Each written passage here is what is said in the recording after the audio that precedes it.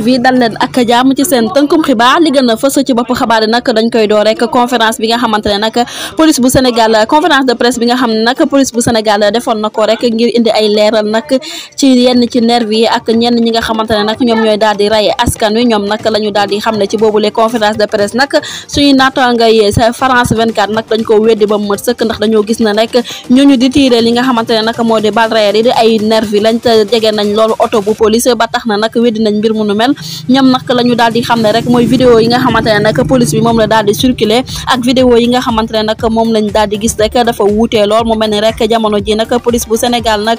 da waxul benn yoon li nga xamante ne nag moom moo am ci yooyu leen mbir du samay kàddu nag mais suñu kàddu France 24 la ba tax na nag jamono ji nag la mu daal di xam ne rek moo di ay infiltré lañ ñu doon manifesté wu ndax bu fekkee ne ñoom gis nañ leen rek lu tax aayawuñ leen kon dafa mel ni rek yooyu leen nervi ñoom ñoo ànd ak ñoom ba tey rek suñu naataangoy France 24 montere nañ ci ab vidéo virale bi wane ne carrément ñi nga xamante ne nag ñoom ñooy nervi yi dañoo nekk di ànd ak police te police boobu nag ñu leen doon protéger bu baax kon nag weddi nañ bu baax li nga xamante ne nag moom nañ daal di def rek ci ab conférence de presse waaye nag du ñàkk rek dinañ ci ñëwaat ci yeneen i jotaay xibaar ba tax na rek jamono ji ña ngay sàkk bu baax nag ci Antoine Félix Diome rek ñu defaat ab vidéo original bi wane ko te bañ a wane li nga xamante ne nag moom mooy yooyu les fausses vidéos